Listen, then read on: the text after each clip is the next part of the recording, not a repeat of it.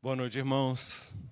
Graça, paz e saúde sejam abundantemente derramados sobre a sua vida, sobre a sua família, sobre essa igreja. Amém? É sempre um prazer muito grande poder voltar à Igreja Presbiteriana Filadélfia em Cotia. Eu não sei o que tem, mas tem uma coisa legal aqui. Além da presença de Deus e do carinho dos irmãos, que é notório.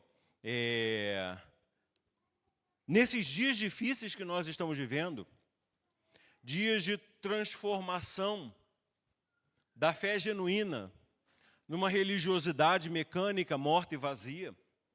E a gente vê isso na mudança do próprio culto. O culto deixa de ser cristocêntrico, deixa de ter Cristo no centro, para colocar o homem no centro. Então o culto parece mais um show, parece mais um espetáculo do que uma proposta de adoração e de sujeição à voz do Senhor. Nesse sentido, a Igreja Presbiteriana Filadélfia aqui em Cotia é um colírio. E eu queria que as pessoas de Cotia soubessem o privilégio que eles têm de ter uma igreja aqui que adora ao Deus vivo e verdadeiro de uma maneira cristocêntrica, com um culto que entroniza o Senhor Jesus e o coloca no seu lugar de cabeça da igreja, de dono e senhor dos nossos corações, de alegria das nossas almas. E a gente vê isso através das diversas partes do culto. Louvado seja o Senhor por isso. Para mim, novidade é a bateria, gostei muito, parabéns. Nem toda igreja teria a coragem de botar a bateria no meio, na frente e no meio. A bateria geralmente fica num cantinho. Parabéns pela maturidade e pela segurança. E também os metais, amei os metais, não tinham os metais. Eu louvo ao Senhor e peço que da próxima vez que eu voltar, hajam ainda mais metais, ainda mais cordas, tudo isso para a glória do Senhor, porque Ele merece, não é verdade? Pelo tanto que fez, faz e ainda fará nas nossas vidas. Queridos, eu trago para vocês um abração da Célia, ela certamente está agora participando online, assistindo o culto. Gostaria muito de estar aqui com vocês nessa noite, mas neste dia, de manhã e à noite, mas não foi possível. Esperamos no Senhor uma próxima oportunidade para estarmos juntos como casal, com vocês adorando e bendizendo ao Senhor. Mas trago um abraço carinhoso da minha querida, da minha amada esposa Célia. E eu gostaria também de, para aqueles que não nos conhecem, Leonardo e Célia, nós somos missionários da Igreja Presbiteriana do Brasil, através da sua autarquia competente e responsável pelo trabalho missionário transcultural, que é a APMT, a Agência Presbiteriana de Missões Transculturais. A organização da IPB, que é responsável, que responde por todo e qualquer trabalho missionário transcultural dentro e fora dos limites territoriais. E por quase 20 anos, nós estivemos trabalhando lá na região do Oriente Médio, com o apoio dessa igreja, diga-se de passagem. A Igreja Presbiteriana Filadélfia de Cotia sempre esteve segurando a nossa mão, participando conosco, caminhando junto, e saibam que diante do Senhor nós somos gratos pela vida de cada um de vocês, pela vida do Conselho da Igreja, pela vida da SAF, pela vida das sociedades internas, pela vida da Igreja, da IPF como um todo, que tem caminhado conosco. Não apenas quando estávamos lá, mas quando estamos aqui também, nesse tempo de desenvolvimento do Projeto Gaio. O Projeto Gaio, ele tem por objetivo visitar as igrejas presbiterianas e conscientizá-las a respeito de missões, divulgar o trabalho missionário da Igreja Presbiteriana do Brasil, mobilizar para missões, treinar e até mesmo revitalizar o trabalho missionário. Deus nos tem aberto portas para visitar igrejas que já foram primeiras igrejas de capitais, que já tiveram um engajamento maior no passado, mas que alguma coisa aconteceu e a igreja foi esfriando na visão missionária, foi esquecendo dessa questão de missões, e Deus nos tem dado oportunidades de revisitar essas igrejas e encorajá-las e motivá-las e desafiá-las a assumir o seu lugar na obra missionária e naquilo que Deus está fazendo através da Igreja Presbiteriana do Brasil. E nós louvamos ao Senhor por essa oportunidade. Contamos com as orações dos irmãos para que eu e Cia Célia tenhamos condições de continuar realizando esse trabalho. Não é fácil. São muitos quilômetros por ano. Não são centenas, não, são milhares de quilômetros rodados por ano, visitando igrejas e trabalhando para um maior e melhor engajamento da IPB na obra missionária. Então, nós louvamos ao Senhor por isso e principalmente por poder ter essa igreja como participante, como coparticipante desse ministério. Eu gostaria de ler o texto bíblico com os irmãos, o texto da nossa exposição nessa noite, que se encontra em Lucas, capítulo 23, do verso 33 ao verso 43, como está no boletim, e o tema da nossa reflexão é o Rei crucificado e a missão na margem.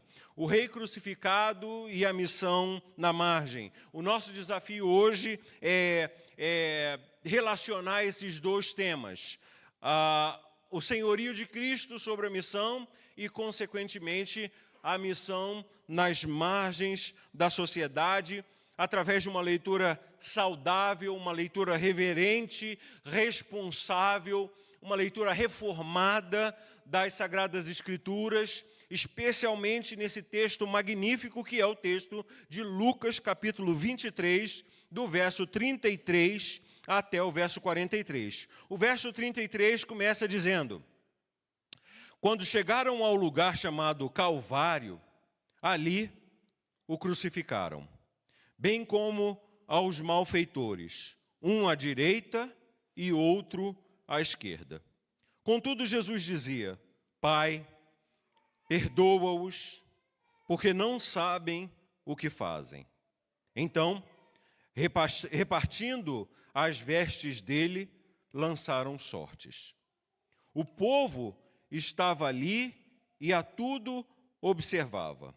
Também as autoridades zombavam e diziam: salvou os outros, a si mesmo se salve, se é de fato o Cristo de Deus, o escolhido.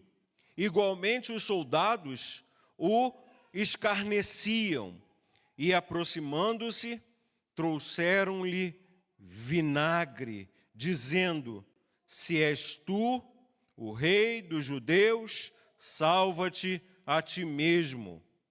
Também sobre ele estava uma epígrafe em letras gregas, romanas e hebraicas, escrito: este é o rei dos judeus. Verso 39. Um dos malfeitores crucificados blasfemava contra ele, dizendo: não és tu o Cristo? Salva-te a ti mesmo e a nós também. Respondendo-lhe, porém, o outro repreendeu-o, dizendo: nem ao mesmo temes a Deus, estando sob igual sentença? Nós, na verdade, com justiça, porque recebemos o castigo que nossos atos merecem. Mas este nenhum mal fez. E acrescentou: Jesus, lembra-te de mim quando vieres no teu reino. E Jesus lhe respondeu: em verdade te digo, que hoje mesmo estarás comigo no paraíso. Amém. Bendito seja o Senhor e bendita seja a palavra do Senhor, que por si só já fala aos nossos corações. Não é verdade? Entretanto, vamos orar. Curva a sua cabeça, feche seus olhos. Vamos rogar ao Senhor que ilumine a nossa mente e o nosso coração, fazendo com que tenhamos condições de absorver os ensinos da palavra e ter a nossa vida mudada pela palavra. Nós já nos arrependemos dos nossos pecados, já os entregamos àquele que é o dono da misericórdia e do perdão, e já recebemos dele o perdão. Agora, roguemos que ele mesmo nos instrua, para que, uma vez perdoados, sejamos profundamente transformados, e uma vez transformados, sejamos verdadeiramente comissionados. Oremos. Senhor, nós estamos na Tua presença e sabemos que não temos direito algum de estar na Tua presença, senão o direito que Jesus conquistou na cruz, para que nós aqui estivéssemos consagrando ao Senhor culto, adoração, louvor, neste que é o primeiro dia da nossa semana. Se não fora Jesus, nós não nos atreveríamos a nos chegar à Tua presença. Mas agora, por causa do que Jesus fez por cada um de nós não apenas somos perdoados, mas somos aceitos na presença do Senhor como família. E como os Teus filhos, que se assentam aos pés do Pai Celestial, nós estamos aqui todos sentadinhos aos Teus pés, para sermos ministrados pelo Senhor, ensinados pelo Senhor, como um pai cheio de bondade e de sabedoria, e que prazerosamente ensina aos seus filhos, deleitando-se nisso, ensina-nos nessa noite. Passa, Senhor, esse conhecimento, essa sabedoria bendita para as nossas mentes e para os nossos corações. Faz com que só a Tua voz seja ouvida nessa noite, por instrumentalidade do Teu Espírito Santo, porque o Teu Espírito Santo é mais do que poderoso para isso, para anular o pregador, de tal forma que só permaneça a Tua palavra. Todos nós estamos profundamente sedentos da Tua palavra. Por isso fala-nos, Senhor, nessa noite, com poder e autoridade, de forma que sejamos balançados por dentro, chacoalhados por dentro, e tomemos nessa noite mesmo firmes decisões de mudança, de obediência, de entrega, de confiança, de desejo, de ser o povo que o Senhor deseja que sejamos na terra, de ser a Tua igreja. É no nome de Cristo Jesus que nós oramos e desde já agradecemos. Amém. Bendito seja o Senhor por essa palavra abençoada.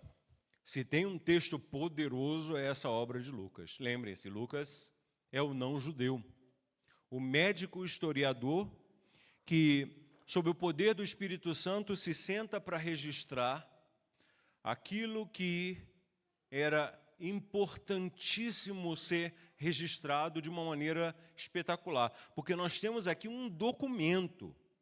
Esse texto faz parte da obra de Lucas em 2 volumes, o Evangelho e Atos dos Apóstolos.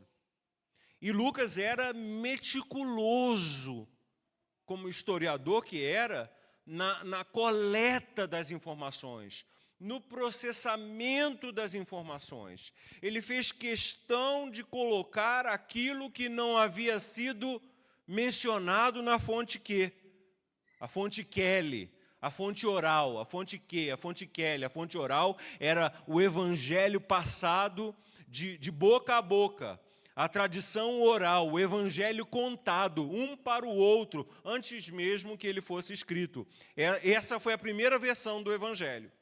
Essa versão do Evangelho foi compilada por Marcos. Marcos ouve a transmissão oral e, com a ajuda dos discípulos, inclusive Pedro, por isso que a gente vê tanto de Pedro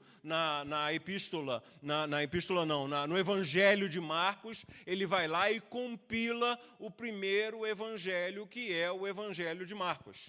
Aí Mateus vem, tendo acesso ao oral e aquilo que Marcos registrou, fazer uma abordagem completamente diferente, que é a abordagem de Mateus, que tem por objetivo alcançar o coração do povo de Israel.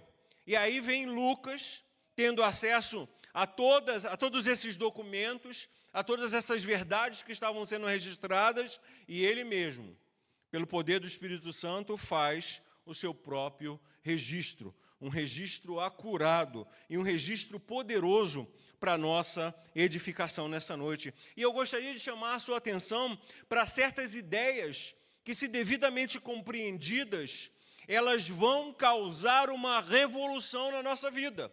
Principalmente uma revolução na nossa maneira de entender esse texto. Porque quantas e quantas vezes nós não passamos por esse texto?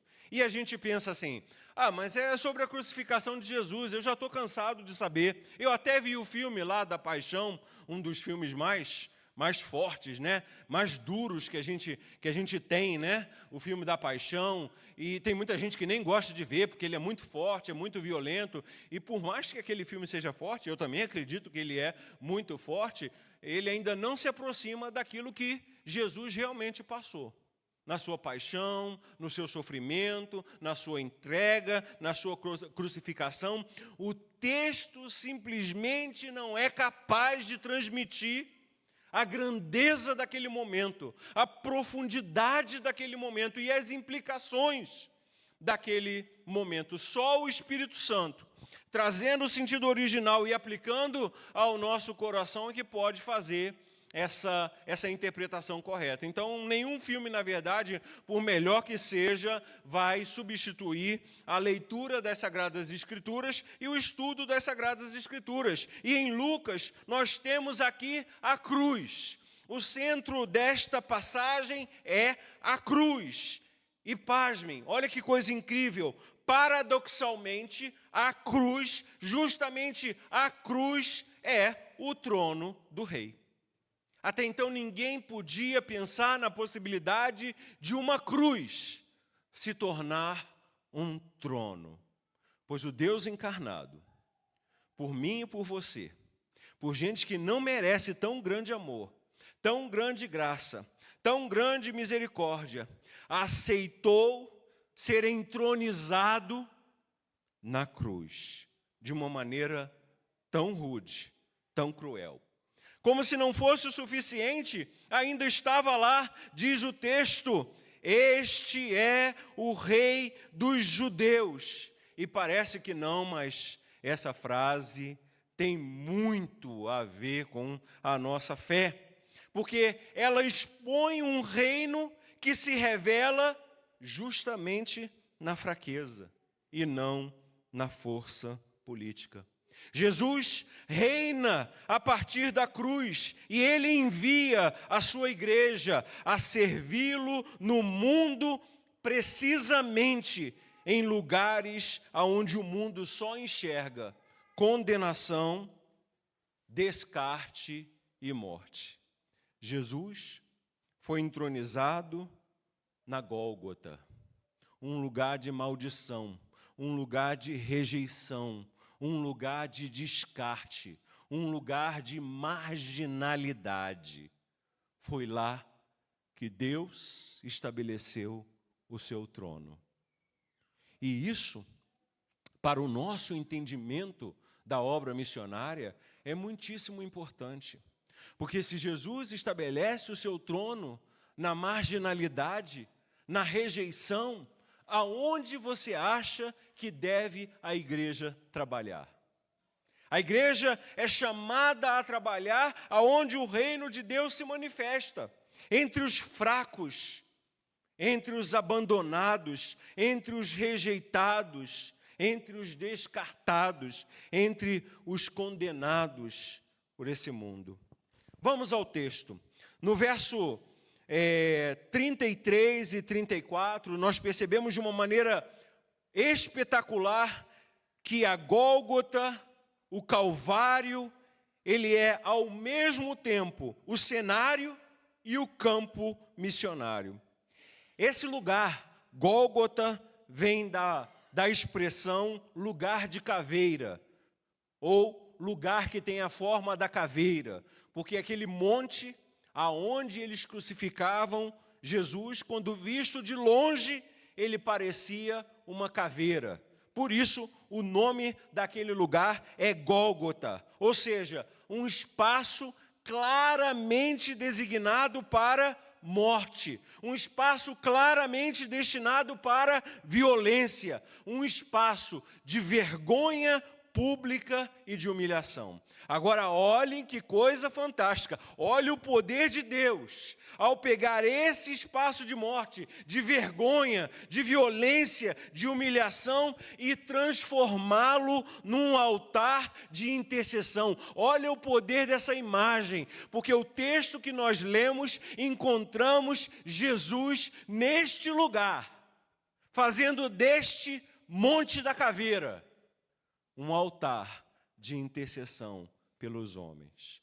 Porque à medida em que Jesus está sendo crucificado, ele está dizendo: Pai, perdoa-lhes, porque eles não sabem o que fazem.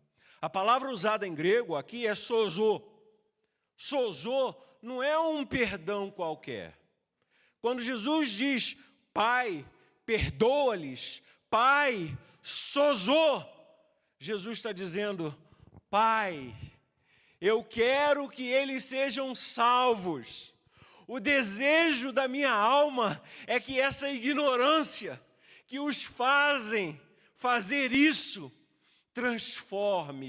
seja transformada pelo teu poder, pelo teu espírito, em uma mensagem de salvação.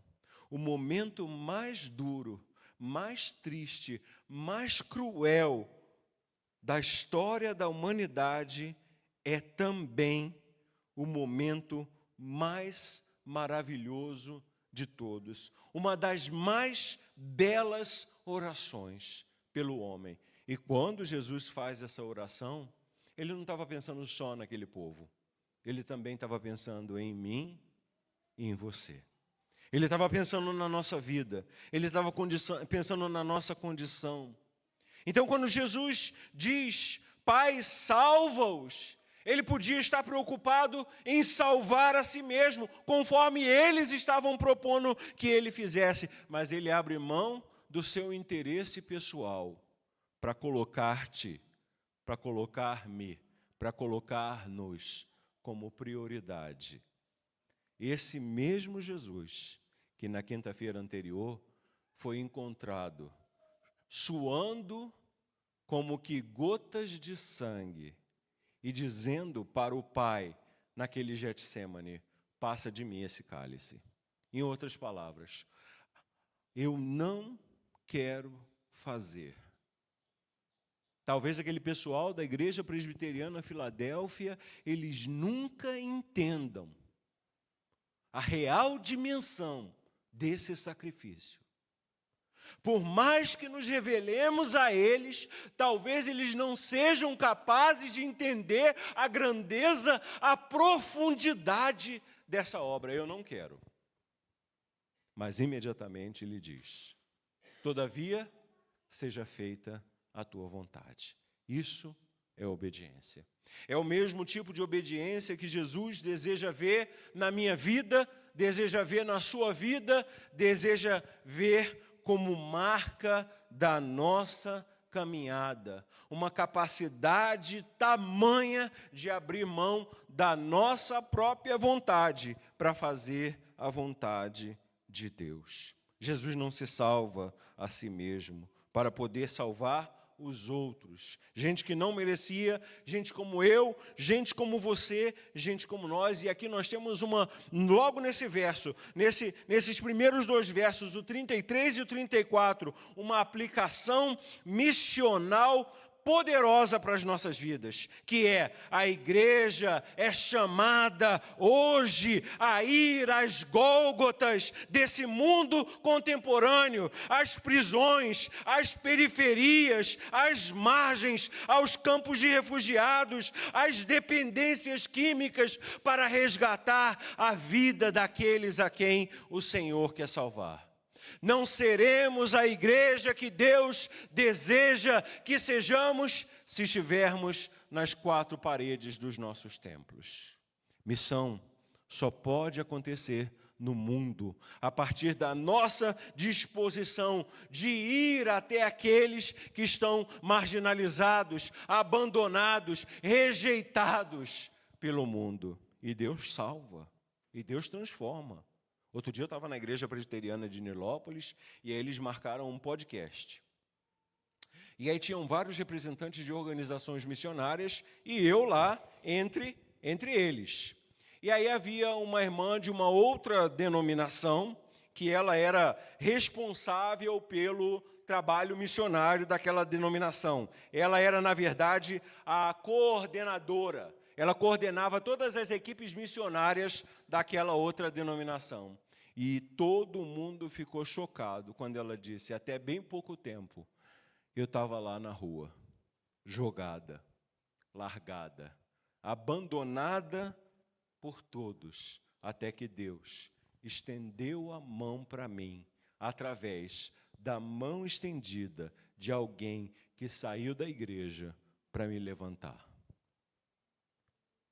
Nessa realidade que nós temos, onde tanta gente vive por aí, largada, abandonada, rejeitada, quantas pessoas há que Deus não deseja salvar através do seu braço, do meu braço, do nosso braço, da nossa mão estendida na direção dessas pessoas? As Gólgotas desse mundo, as caveiras e cavernas deste mundo, são os nossos campos missionários. É para lá que nós precisamos ir. É lá que nós precisamos pregar. É lá que nós precisamos nos dedicar a mostrar o amor de Deus aos homens. Uma outra coisa que a gente percebe são as reações a esse momento da crucificação. Olha que coisa maravilhosa acontece.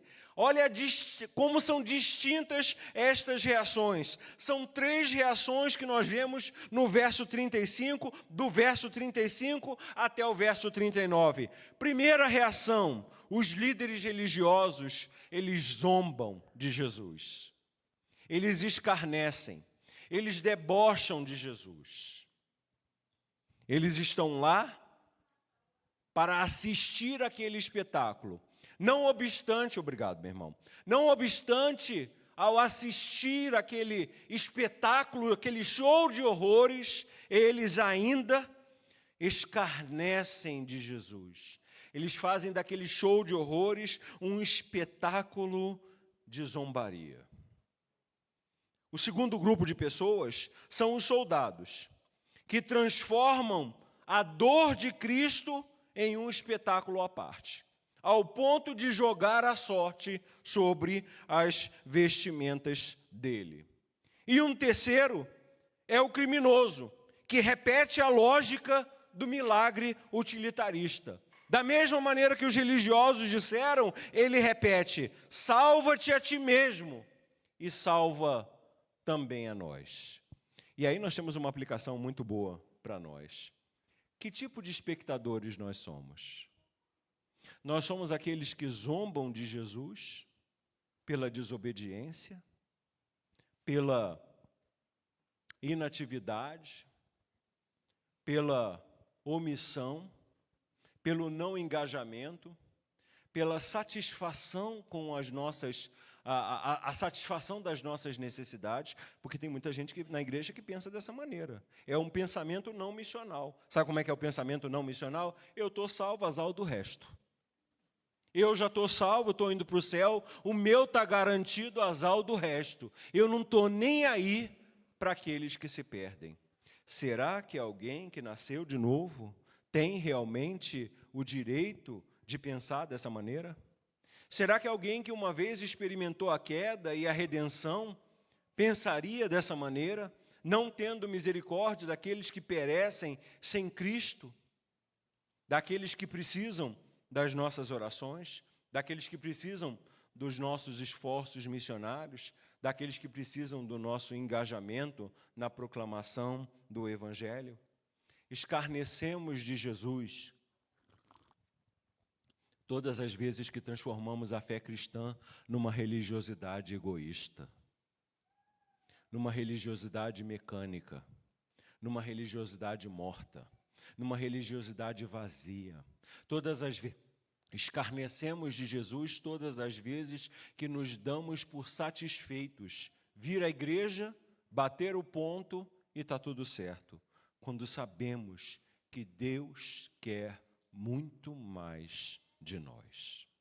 Porque Ele fez muito por nós na cruz do Calvário. Missões em contexto de zombaria, em contexto de cinismo, em contextos de instrumentalização de Deus e de mercantilização da fé. É para esse tipo de mundo que nós precisamos levar o Evangelho hoje, levar o Evangelho nesses dias. Ou será que nós somos como os soldados que assistem o espetáculo, o horror das nações perecendo sem Jesus e assumem que, já que cumpriram o seu papel, já que cumpriram o seu dever, eles não têm mais nada a ver com isso? Ou será que nós tomamos a atitude egoísta daquele bandido, daquele criminoso que disse: salva a ti mesmo, se o Senhor é alguma coisa, ao ponto de ser repreendido pelo outro?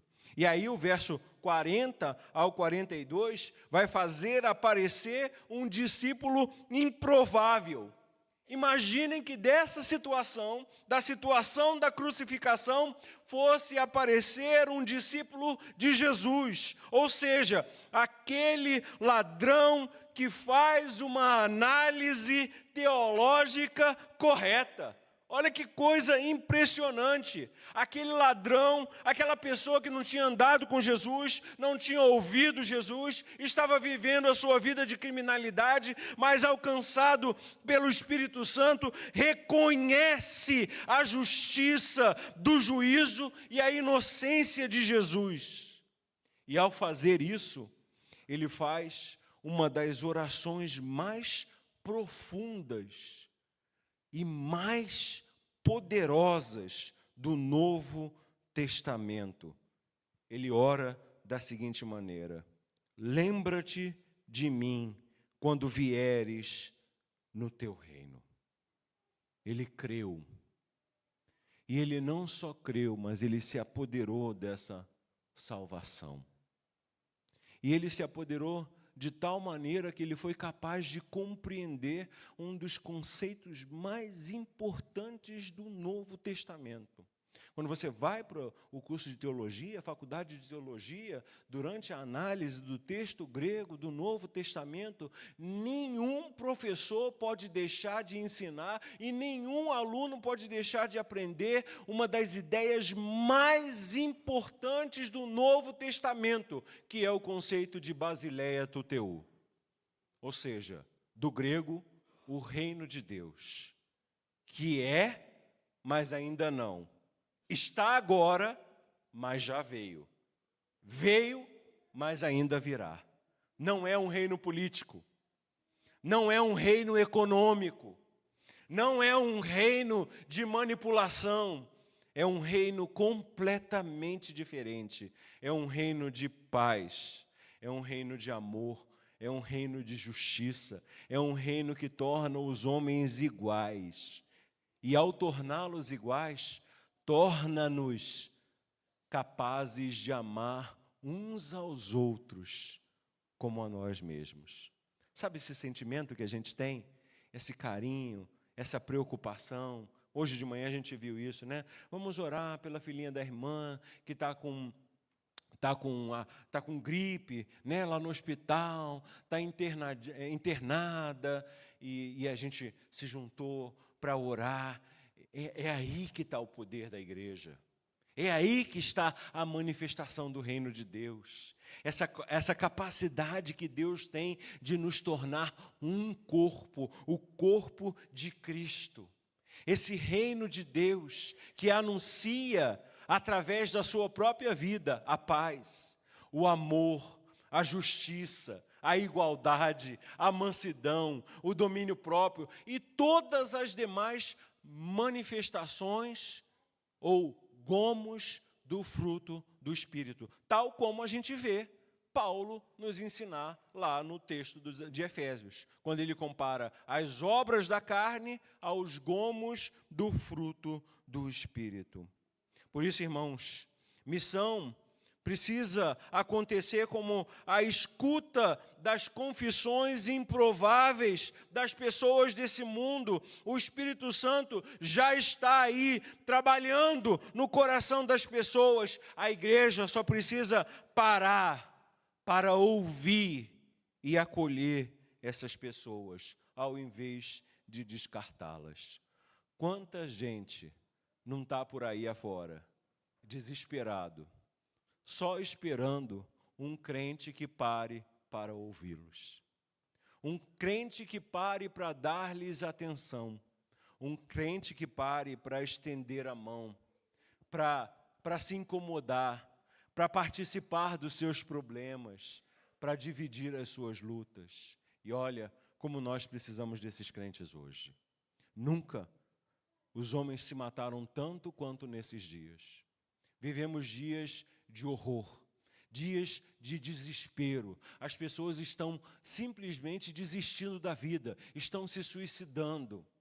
Aonde estão os crentes ouvintes? Aonde estão os crentes dispostos a sentar com essas pessoas para ouvir as suas mágoas, os seus corações machucados e a responder-lhes com a mensagem do Evangelho? Essa é a Igreja Presbiteriana Filadélfia, em Cotia. Foi lá que Deus colocou essas pessoas. É aqui que Deus colocou essas pessoas. E no domingo elas se reúnem aqui para adorar.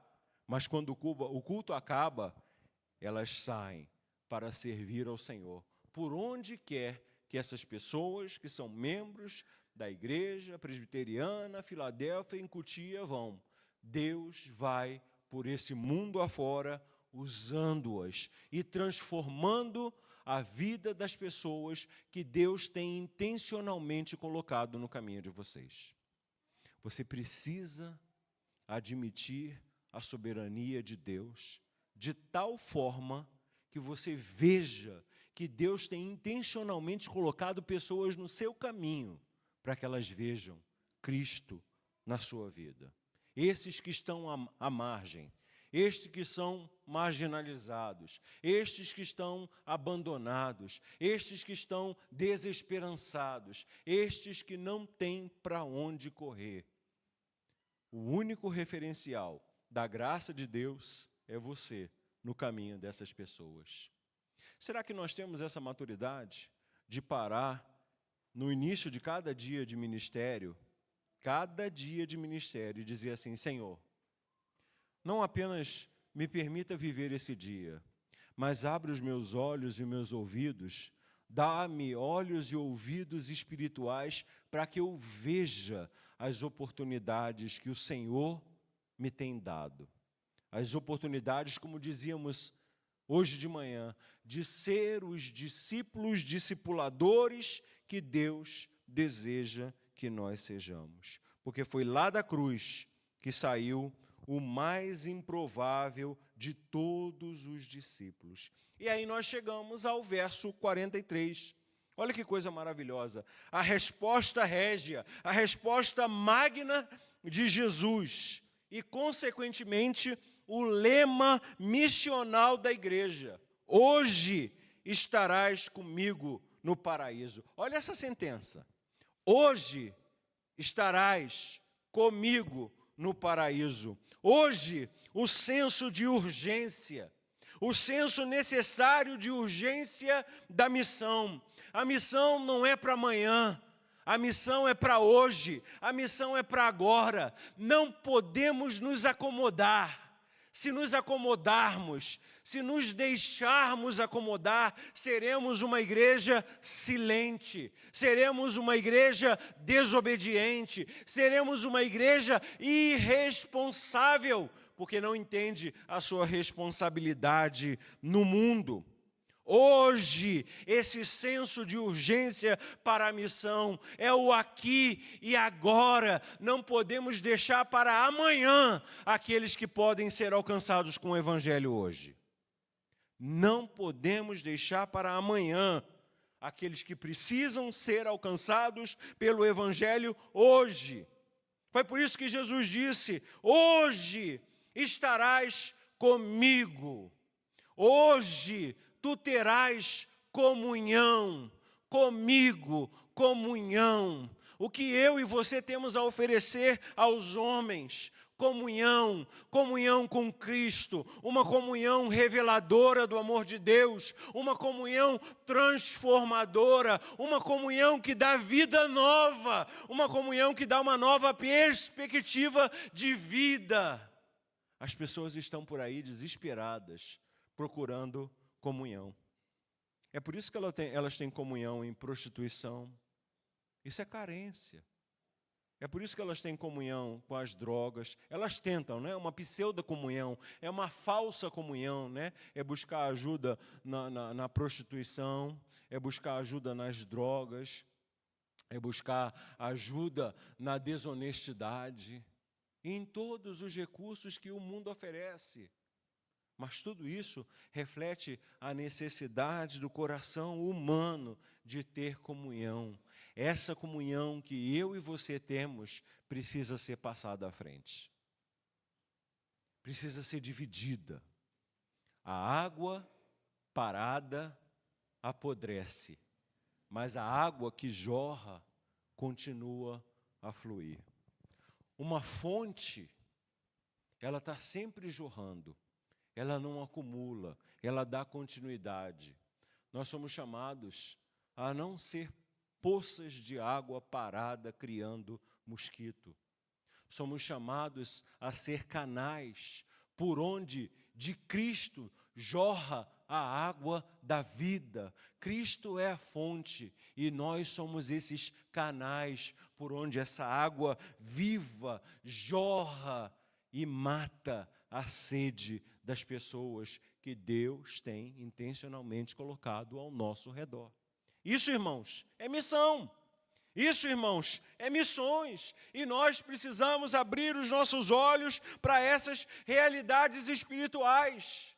Lembra o que eu disse hoje de manhã? Só se pode viver a vida cristã sobre 2 pilares. Se faltar um desses pilares, falhou, quebrou, ruiu a sua vida cristã.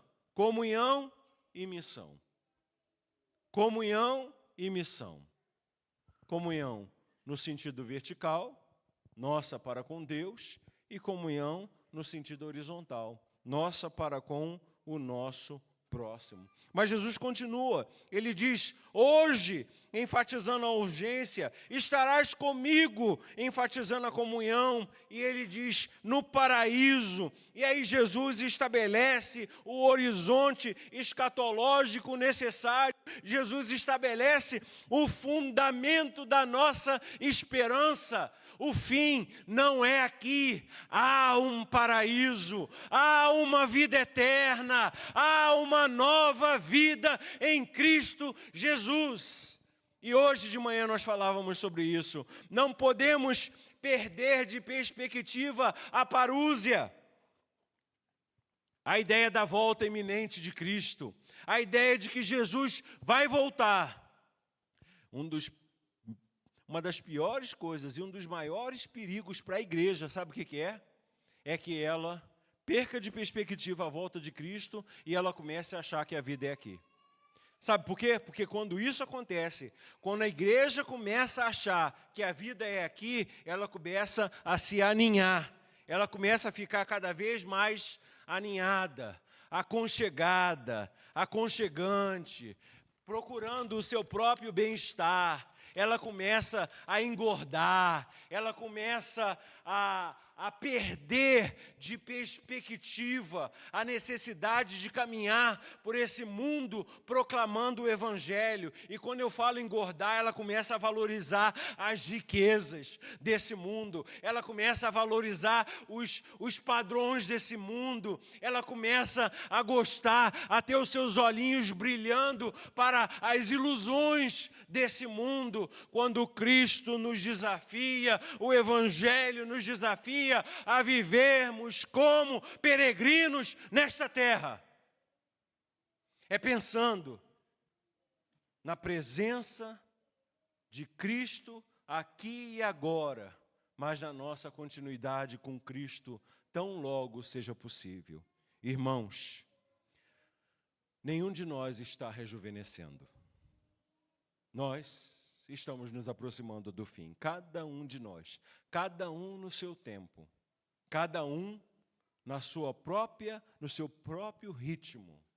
E o que você vai responder para Jesus quando você chegar no céu e ele perguntar para você assim: escuta, me diz um negócio, eu te dei X tempo de vida lá na terra, desde a sua conversão até o momento em que seu coração parou de bater. Eu quero saber o que foi que você fez do seu tempo.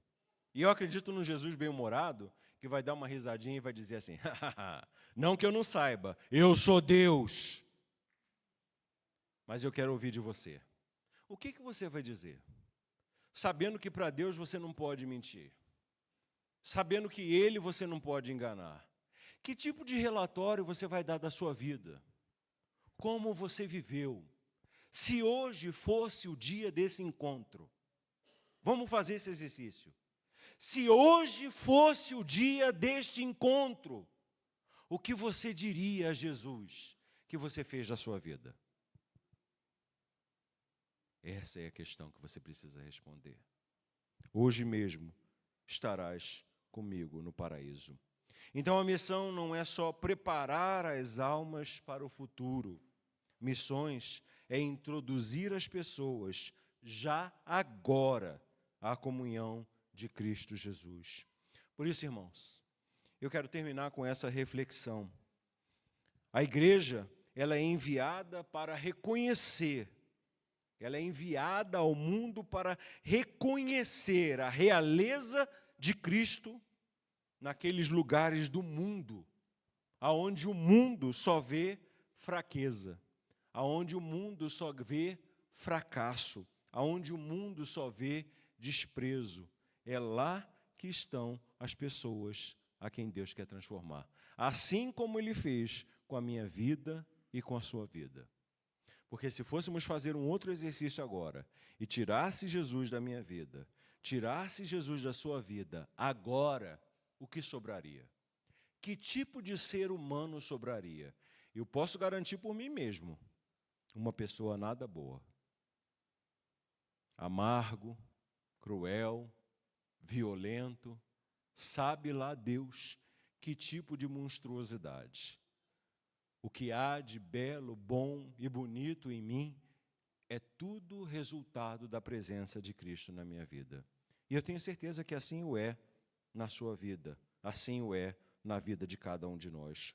Por isso, nós precisamos entender a missão como a presença entre os crucificados de hoje, anunciando perdão, dignidade e esperança.